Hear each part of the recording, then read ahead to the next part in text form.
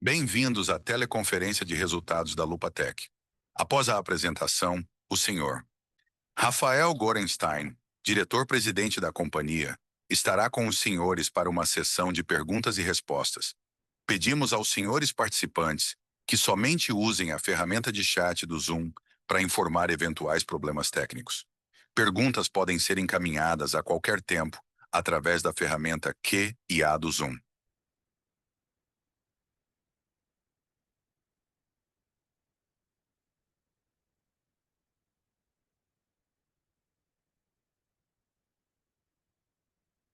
Bom dia a todos. Hoje a gente vai mudar bastante o script da apresentação que a gente vinha fazendo, com o objetivo de colocar todo mundo em dia com o contexto da empresa. Nós vamos começar com o histórico da reestruturação da Lupatec, que começou em 2014.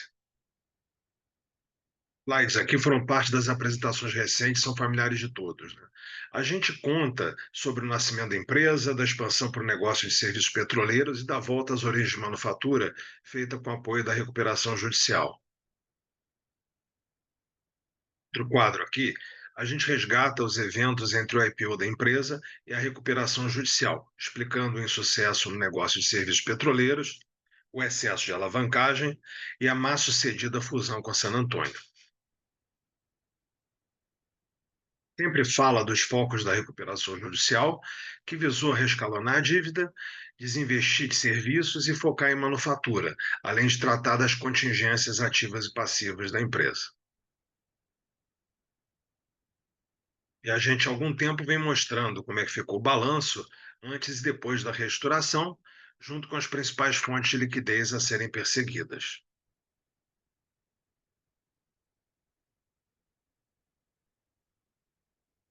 A gente sempre falou muito do que era e do que ficou, mas a gente nunca contou o que a gente enfrentou e como foi o caminho percorrido. Tá? Vamos resgatar isso aqui hoje. Nós pedimos recuperação judicial em maio de 2015. Eu vim para a empresa em janeiro daquele ano como consultor para desenhar e renegociar o plano. Nós conseguimos fazer isso muito rapidamente. Em novembro, já tínhamos o plano aprovado e a homologação saiu em janeiro de 16. Só que, surpreendentemente, o plano foi anulado e o tribunal nos impôs termos para sua modificação. O primeiro plano tinha 5 anos de carência e 25 anos para pagar. E também tinha 4 opções de pagamento para os credores, duas que viabilizavam uma forte conversão de dívida em capital. O segundo plano teve que reduzir a carência para 2 anos e o prazo de pagamento para 15 anos, e limitou as possibilidades de conversão em capital, porque o plano só podia ter uma opção para os credores, conforme determinou o tribunal.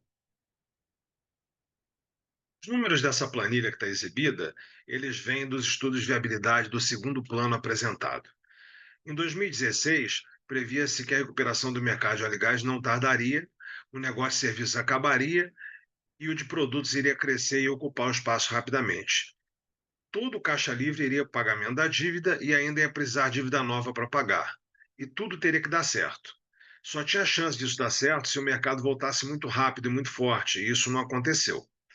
A gente sabia que o plano era muito difícil, se não impossível, mas era uma ordem judicial. Era cumprir, fazer o plano do jeito que foi especificado, ou ter a falência decretada.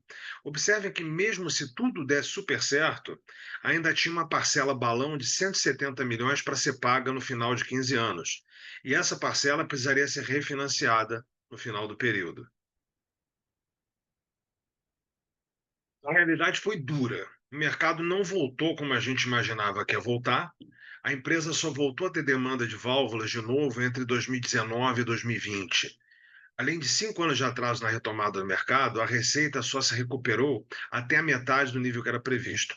Boa parte dessa falta vem da inércia do negócio de cabos. Sem projeto de coragem, falta para a gente 50 a 100 milhões anuais de receita. O resto vem muito de limitação de capital de giro. Vamos recapitular alguns dos desafios que a gente enfrentou. O primeiro foi que, logo nos primeiros anos da RJ, a demanda que existia foi toda mandada para fora. Não se comprou nada para as FPSOs no Brasil. O conteúdo local de 2015 a 2017 foi praticamente zero.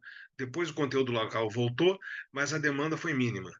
Muitas embarcações afretadas nesse período e construídas na Ásia sem comprar nada no Brasil. Entre 2019 e 2013, Nós tivemos notícia apenas de 2 compras aqui para FPSOs feitas lá fora. Uma foi para a gente, outra para um concorrente. No contexto dos fornecimentos em geral para o setor de óleo e gás, a gente tem que mostrar a enorme queda dos investimentos da Petrobras. De 2015 até 2022, os níveis foram baixíssimos, primeiro pela crise e depois pela pandemia. Os planos de investimento mais recentes divulgados finalmente apontam para uma retomada. As compras para manutenção em projetos menores pelo ambiente digital da Petronext praticamente sumiram entre 2015 e 2018. Em 2019 voltaram, mas a gente só conseguiu se reabilitar para licitar de verdade em 2020, onde já estreamos em níveis altos, conquistando 40% dos negócios do nosso escopo de fornecimento. O mercado industrial foi outro horror. O PIB encolheu, os dispêndios em máquinas e equipamentos contraíram quase 40% e até hoje estão 20% menores do que eram antes da crise. O estoque de capital fixo da economia estagnou. Leia-se, durante 10 anos o Brasil só fez manutenção no seu parque industrial. Ele não cresceu. Mas mesmo assim a gente persistiu e conseguimos fazer 4 fábricas que estavam paradas voltarem a produzir. As vendas de todos os produtos expandiram no período aí da restauração. Válvulas para óleo e gás, válvulas para a indústria, cabos, compósitos. Todos os negócios voltaram a ter algum nível de atividade. Nós estabilizamos a situação trabalhista da empresa, os processos pararam de expandir e o passivo foi substancialmente mitigado.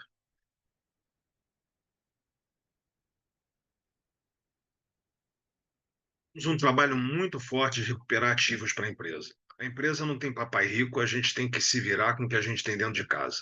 Nós monetizamos uma série de créditos tributários e conseguimos trazer para dentro de casa créditos de litígios que foram muito complexos, longos e suados. Sem esses dinheiros, estejam certos, todos aqui, não teria Lupatec hoje. Foi esse trabalho que segurou a empresa nesses longos anos de restauração em vacas magras. Vamos nos debruçar agora sobre o momento atual da empresa. Com todos os percalços, a gente voltou a ser uma empresa muito importante para o setor de óleo e gás. A Lupatec tem o maior escopo de oferta no negócio comparado aos players locais. Nossos concorrentes somente atuam em metade das oportunidades que nós participamos.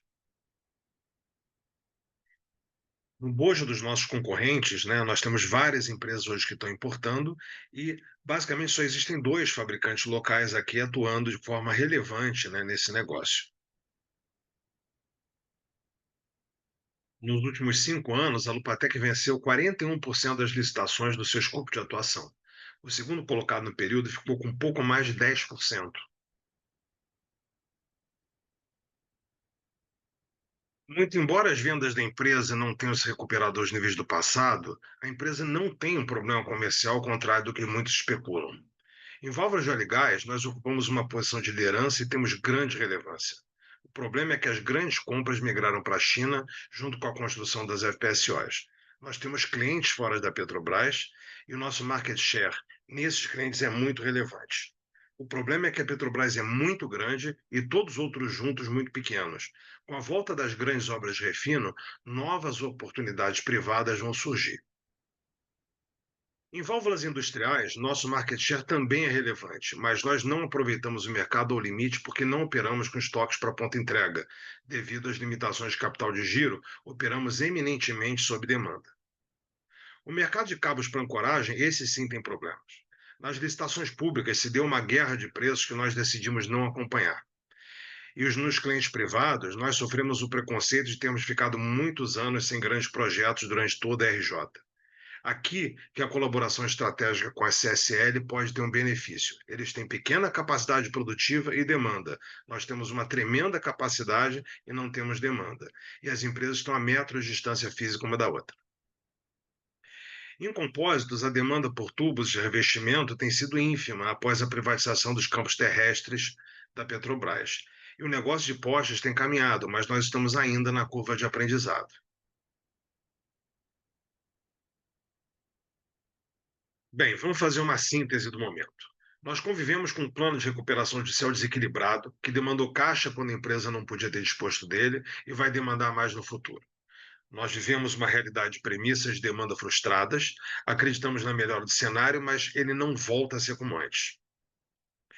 O nosso corpinho mesmo, nós ocupamos um imóvel gigantesco em Nova Odessa, sendo que com a visibilidade e demanda atual, deveríamos locar parte do espaço ou mudar para um imóvel menor, coisa de um terço do tamanho. O imóvel deveria ser vendido ou ser objeto de um sale-leaseback, usando a liquidez para equacionar o balanço da empresa. A gente tem conseguido reinserir com sucesso a empresa no mercado, em que pese as dificuldades com o negócio de cabos. Na frente de gestão de ativos e passivos, a Lupatec é um case de sucesso. Nós vencemos praticamente todos os litígios de ativos que tivemos e conseguimos mitigar muitos dos passivos. Mas qual o problema então? O problema permanece sendo financeiro. A falta de caixa, o excesso de dívida e a volatilidade no crédito. Nós conseguimos obter crédito para a empresa ainda durante a recuperação judicial. A gente saiu do zero e conseguimos um volume de crédito equivalente a um terço da receita. Esse crédito é preponderantemente lastreado em créditos comerciais, porque a companhia não tem garantias reais disponíveis para oferecer. Então, esse crédito é dependente da receita e, paradoxalmente, a receita também depende dele. É uma situação muito volátil. Qualquer coisa que acontece, as linhas secam e a fluidez da operação é prejudicada.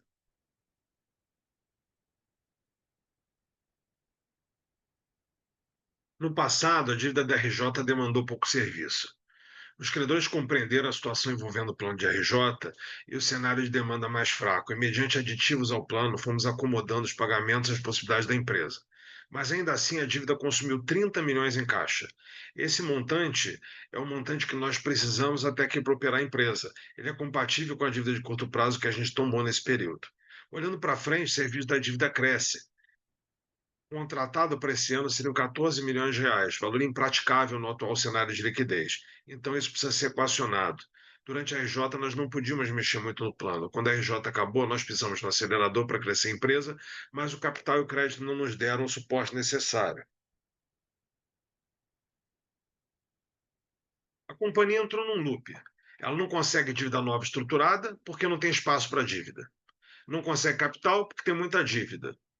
Se o capital entra, tem um balum de 170 milhões lá na frente, que pode fazer com que precise de novo capital e o cara que aportou hoje pode ser diluído amanhã.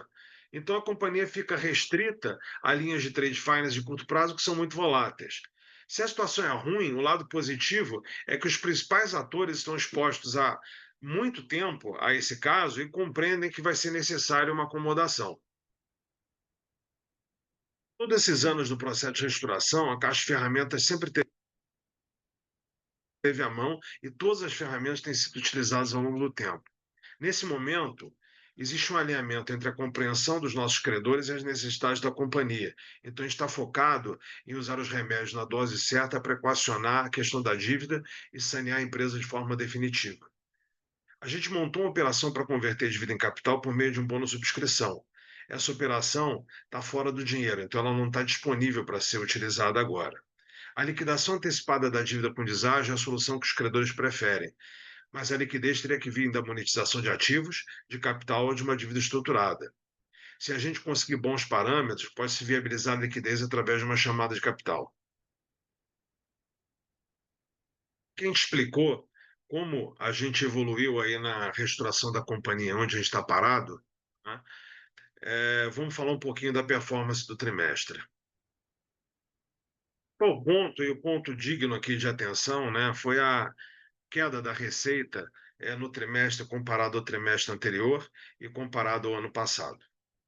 É uma das menores receitas aí nos últimos anos, e a principal razão é que a gente tinha um projeto muito grande para entregar nesse trimestre, com atraso dos embarques que a gente teve no final do ano passado, né? E com a falta de liquidez que a gente vem sofrendo, a gente não teve outra opção que não adiar a entrega desse projeto, e isso gerou um vácuo de receita aí dentro do trimestre.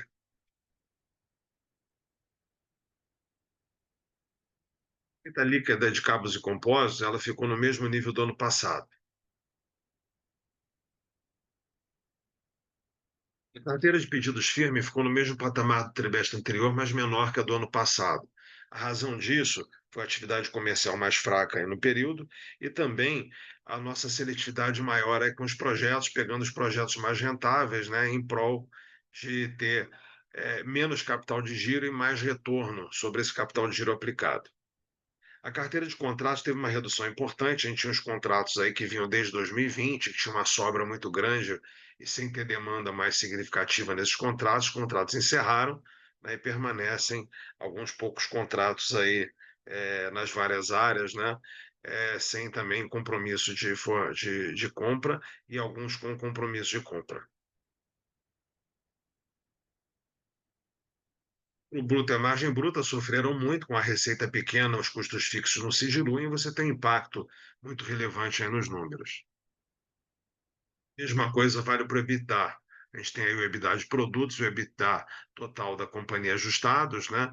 Ambos ficaram negativos aí no período. Abrir agora a sessão de perguntas e respostas.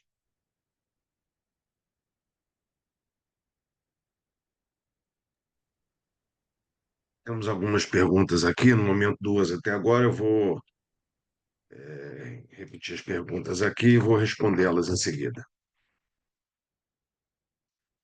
Primeira pergunta é se a companhia, né, está atrasando obrigações, né? A gente tem comunicado aí desde o começo do ano, né, que a gente vem passando por um aperto de liquidez, né, esse aperto monetário que vem sendo feito na economia brasileira, obviamente ele afeta mais quem está mais endividado, a companhia é muito endividada, né?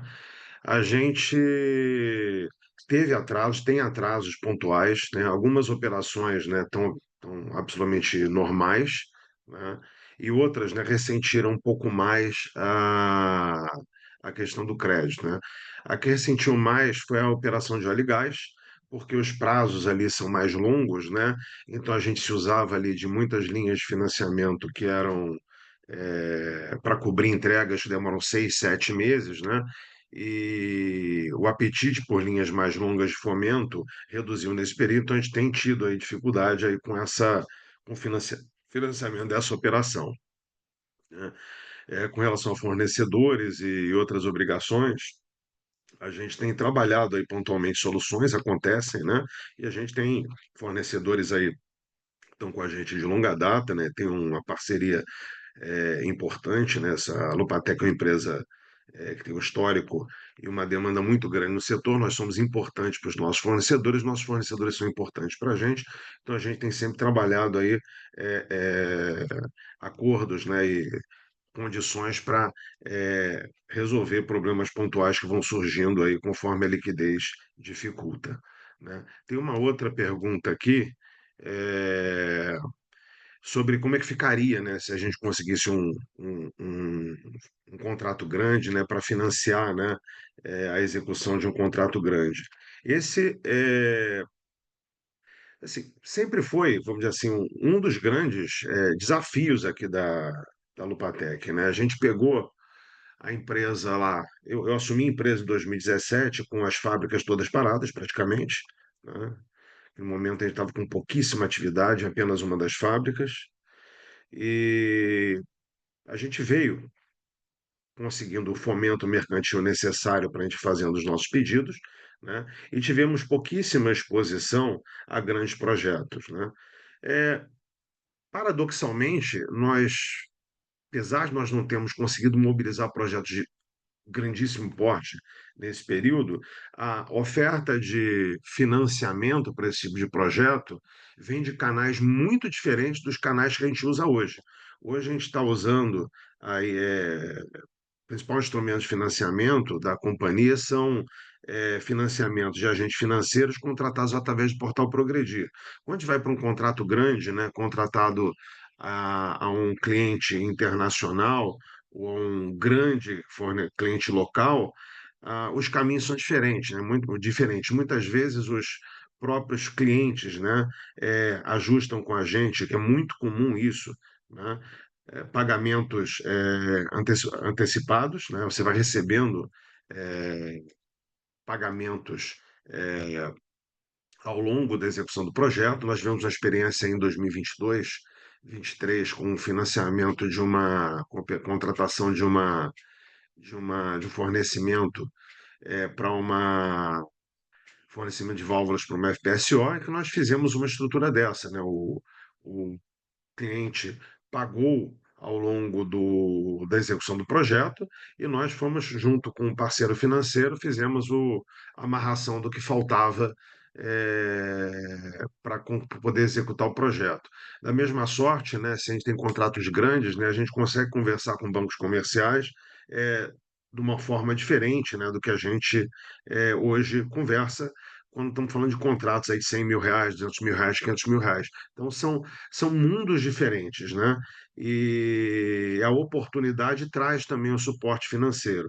O que precisa ser tratado, né, e a companhia precisa enfrentar, esse é o momento de ser enfrentado, é realmente como lidar com o passado dela, porque o passado dela prejudica todas essas conversas futuras. Então, precisamos resolver essa questão do endividamento da companhia de uma forma definitiva, né, e ter uma solução, alguma coisa que acomode na, na, na, no real tamanho, na real capacidade da companhia.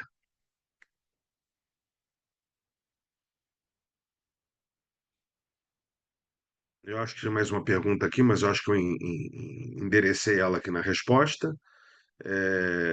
Vou dar mais 2, 3 minutinhos, se tiver mais alguma pergunta, né? Se alguém quiser formular a pergunta e precisar de tempo, é só pedir para aguardar, que a gente aguarda um pouquinho para a pessoa digitar.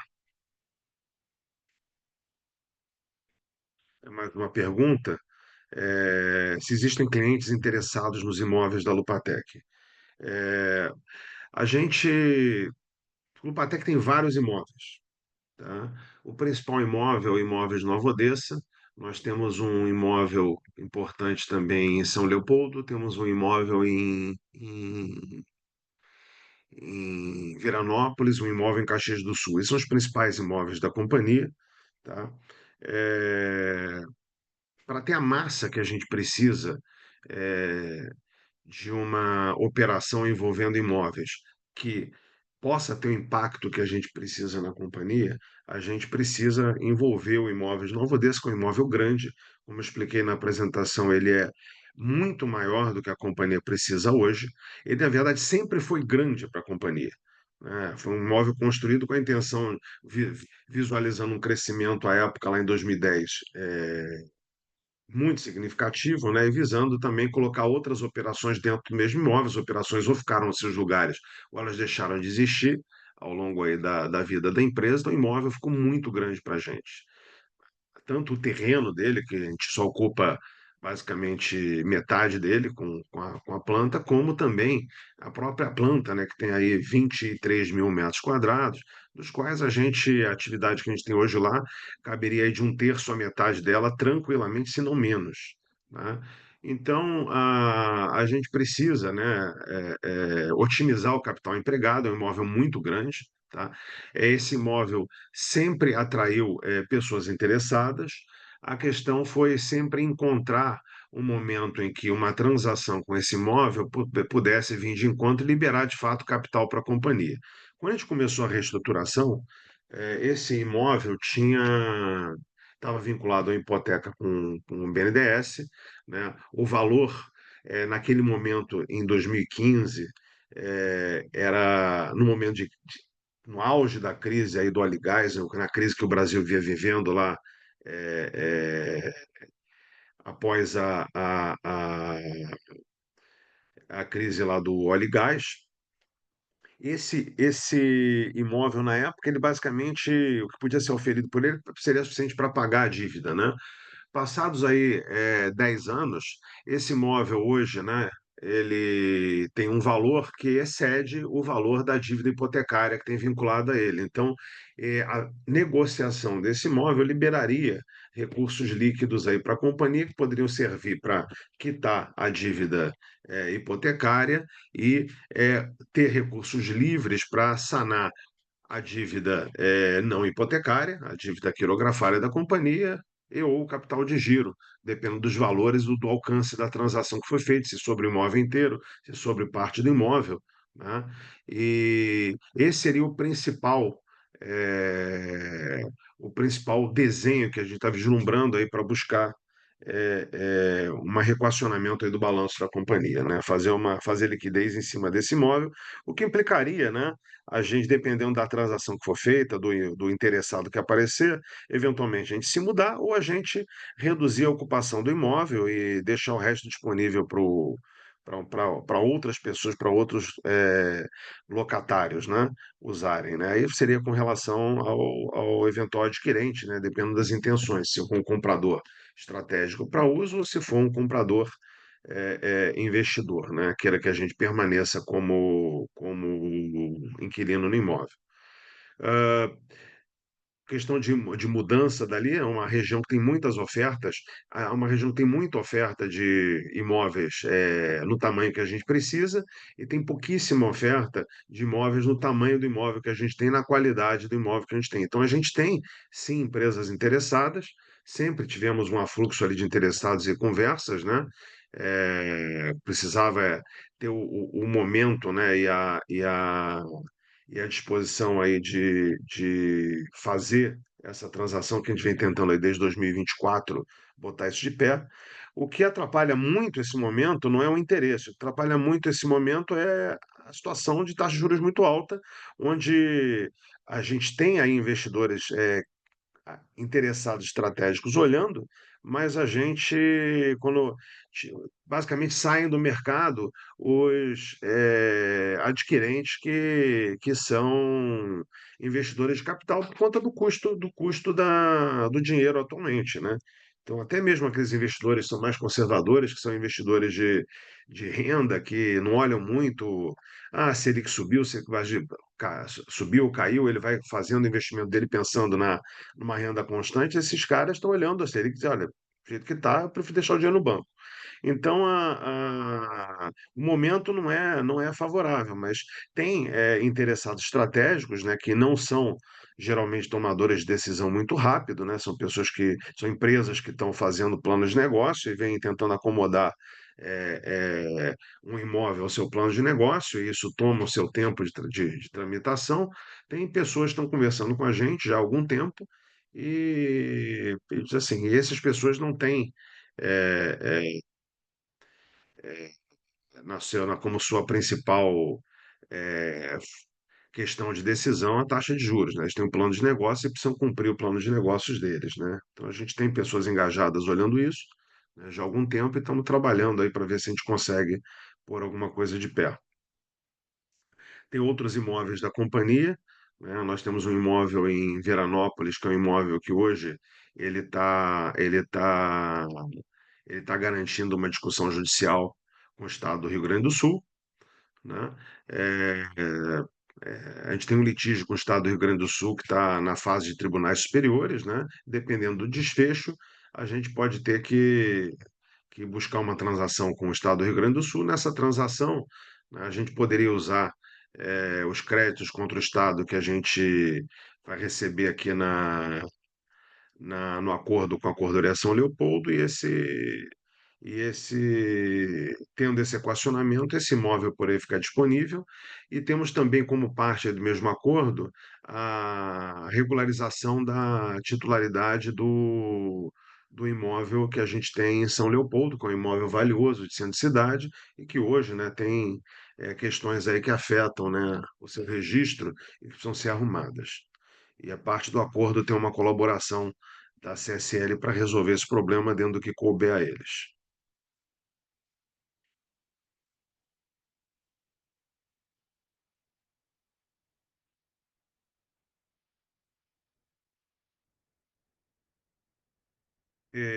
Eu não tenho mais perguntas, vou dar 2 minutinhos. Se alguém quiser colocar pergunta, por favor, fica à vontade. Eu aguardo mais um pouquinho.